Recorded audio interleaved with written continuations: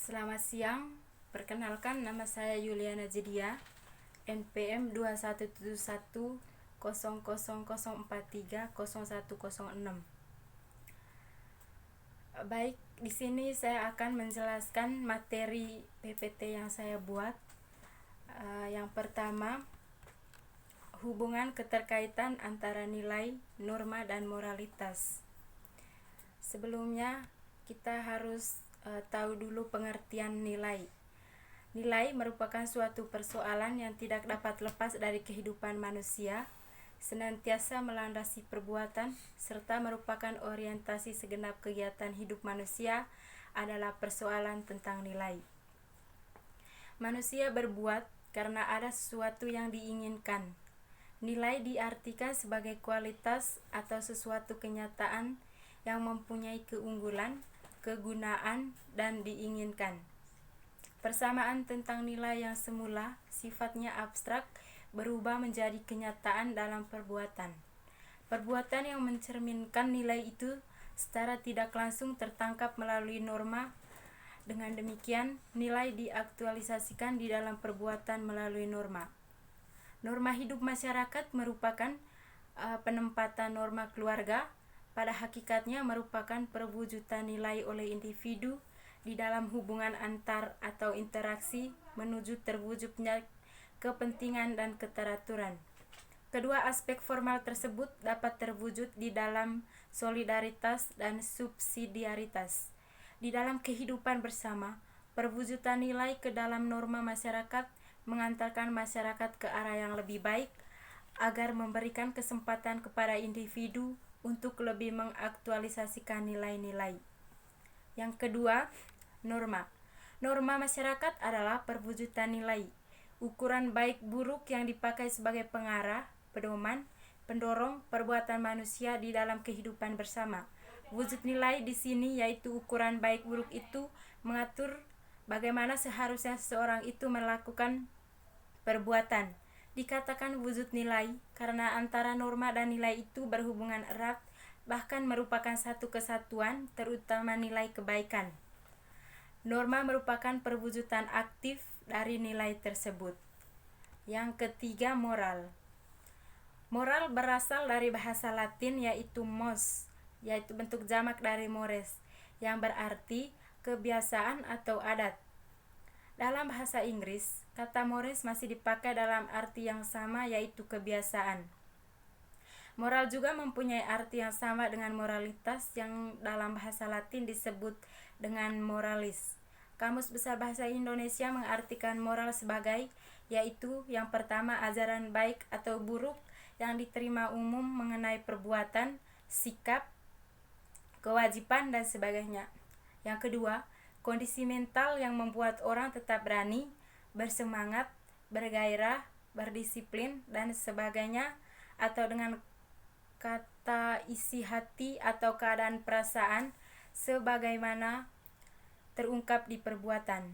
Dan yang ketiga, ajaran kesusilaan yang dapat ditarik dari suatu cerita. Bertes dalam bukunya berjudul Etika mengatakan bahwa moral merupakan nilai-nilai dan norma-norma yang menjadi pedoman bagi seseorang maupun kelompok yang digunakan untuk mengatur suatu perbuatan. Ensiklopedia Nasional Indonesia menjelaskan bahwa moral merupakan salah satu cabang ilmu filsafat yang secara khusus mempelajari dan berbicara tentang tingkah laku manusia. Moral dikatakan sebagai norma, maka akan berbicara mengenai bagaimana orang harus bertindak, sehingga dapat dikatakan bahwa moral merupakan suatu ciri berperilaku seseorang yang dihubungkan dengan ukuran yang ada dalam masyarakat, khususnya mengenai perilaku baik atau buruk. Moralitas bukan sesuatu yang diperoleh dari kelahiran, melainkan tumbuh dan berkembang dalam lingkungan hidup. Berdasarkan uraian tersebut, dapat disimpulkan bahwa nilai, norma, dan moral adalah konsep-konsep yang saling berkaitan. Keterkaitan nilai, norma, dan moral merupakan suatu kenyataan yang seharusnya tetap terpelihara di setiap waktu, pada hidup dan kehidupan manusia. Keterkaitan itu mutlak digarisbawahi bila seorang individu, masyarakat, bangsa, dan negara menghendaki fondasi yang kuat tumbuh dan berkembang. Agar nilai menjadi lebih berguna dalam menuntun sikap dan tingkah laku manusia, maka perlu dikonkretkan lagi serta diformulasikan menjadi lebih objektif sehingga memudahkan manusia untuk menjabarkannya dalam tingkah laku secara konkret. Wujud yang lebih konkret dari nilai tersebut adalah merupakan sebuah normal. Redmore dalam hubungannya dengan Pancasila, maka ketiganya akan memberikan pemahaman yang saling melengkapi sebagai sistem etika.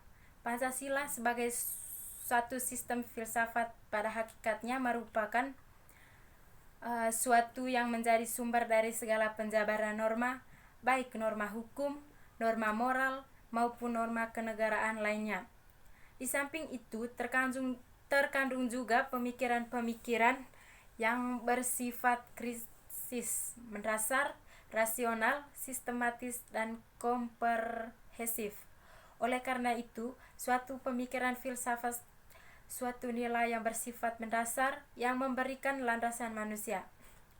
Dalam hidup bermasyarakat, berbangsa, dan bernegara, nilai-nilai tersebut dijabarkan maka diwujudkan dalam norma-norma yang menjadi pedoman dan persamaan tentang nilai yang semula sifatnya abstrak berubah menjadi kenyataan dalam perbuatannya itu tadi.